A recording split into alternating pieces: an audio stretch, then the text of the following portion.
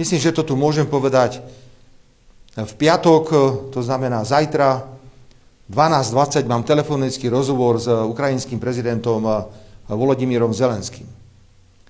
A ja sa ho chcem spýtať, Volodymyr, to naozaj chceš stratu podporu Slovenskej republiky v tvojich európskych ambíciách? Lebo ty strácaš podporu Slovenskej republiky v európskych ambíciách.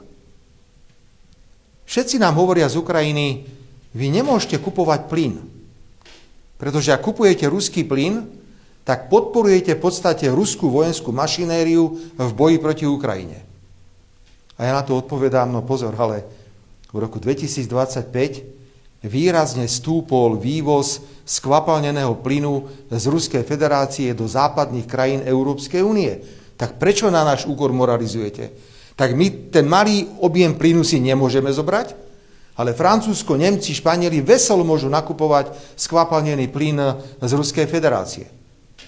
Kupujú Spojené štáty obohatený urán alebo nekupujú obohatený urán z Ruskej federácie? No kupujú. Ale mám teraz obviniť prezidenta Trumpa, že tým, že kupujete obohatený urán, podporujete vojenskú mašinériu?